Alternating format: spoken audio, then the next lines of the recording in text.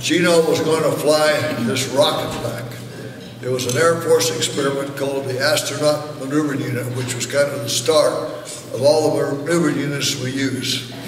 And, you know, we didn't have a good way to simulate it, and we were in a go-go area there in Gemini, a flight every 2 months, and then try to lead right into Apollo and make President Kennedy's goal. And before that, the first one ever to walk in space was Alexei Leonov from Russia for 10 to 12 minutes, and he said he went back, and all we ever knew was he didn't have any problems.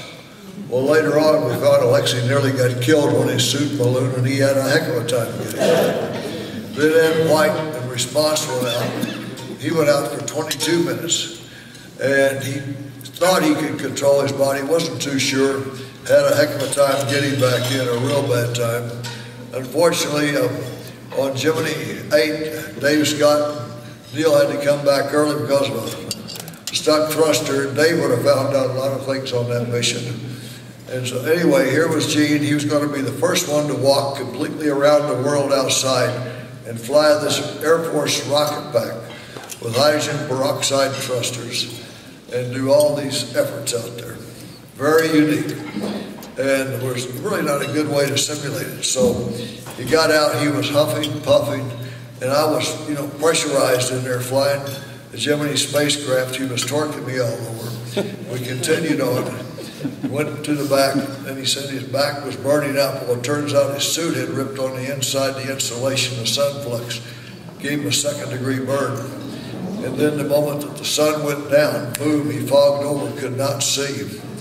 And once he'd learned to do it blindfold, but once he got in the backpack, I only had one way of two-way communications. And, you know, we didn't have continuous coverage. Every now and then we might pick up a station for 3 to 5 minutes. And we're out over the Indian Ocean, see the Southern Cross coming up. And I was like, damn, it's lonely out here. Here's my buddy, 20 feet back. He's fogged over, can't see. One way of two-way communications. It is really lonely out here. And so I told him, you know, at least I had one-way transmission to hook back up to the other umbilical. And if the sun came up within 10 minutes, we'd call it quits because we couldn't go into the next darkness. Well, Gene had really huffed and puffed and got back in. And he describes it very well in his autobiography called The Spacewalk from Hell.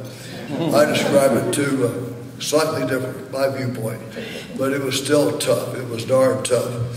And Gene did a heck of a job. We got him back in the spacecraft. He lost 10.5 pounds in 2 hours and 5 minutes inside. And I don't recommend that for a weight loss program. But from every problem you have solutions, and from solutions you therefore go in to find better ways to do it. So he said we need tethers, we need right foot restraints, all this, and so it was one heck of a time. Gino and I are looking at this rebuilt AMU engineering model, just thinking today that maybe it was a good thing he didn't fog over. He didn't get cut loose in that because he had to do all these things there. And the backup thing was to grab a hold of the docking bar with one hand and try to unhook from that thing, which would have been a real bear. So anyway, Gino, you did a heck of a job there. And also, just one minor thing, on the splashdown, only about 2 weeks before the launch, we had second-guessed this new software pack. And we called the captain of the ship. They didn't have GPS. They had rudimentary LoRaWAN, said, we'll be on the spot if you'll be there. And Gino was reading the nomographs. I was flying the spacecraft through the reentry. We splashed down 0.38 nautical miles from the aim point, or about 8 football field lengths, which was the closest of any Gemini or Apollo mission, or the first shuttle landing, because John floated the little ball. All right. So, Gino, buddy, we've been through a lot together for 45 years plus. We both around the Gemini, and also when we're around the moon too. And also a few times on the ground we had some times. So details are classified. But anyway, Gino, just old friend, I've got something. I was walking through the. Watch the knees. You know, down through this wonderful show today, and I saw something. I said, this would be appropriate for my great dear friend, Gene Cernan. So, Gino, just remember that great mission we had 45 years ago.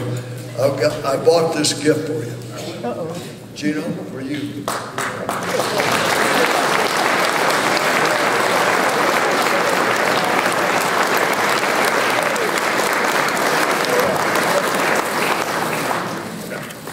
This was not part of the program.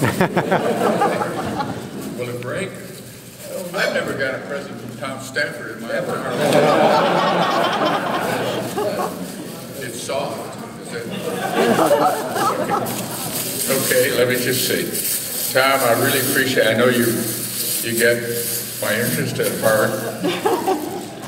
Oh my God. It's a Buzz Aldrin Rocket Hero t-shirt. All right. Woo!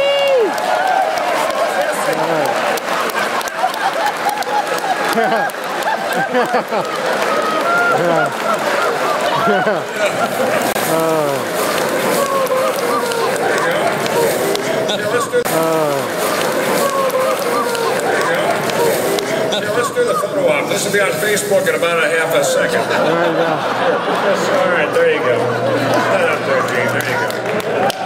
Product placement, Bucks. There you go. I couldn't resist you. Yeah, that was not part of the program, Tom.